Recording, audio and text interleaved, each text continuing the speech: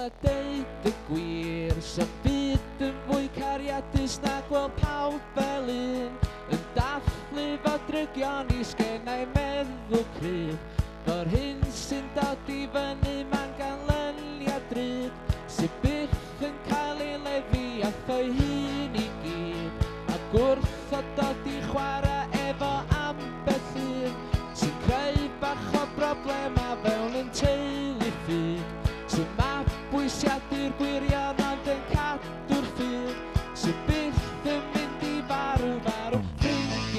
Ffrindia da ni'n caru nhw gyd, mae gen i asgwrn i grafu efo ambell un, da ni fo creithia,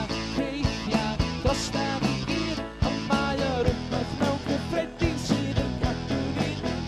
llosgi'r ganwyll i gyd, dwy ochr bron a torri am y 10 lawr i 3,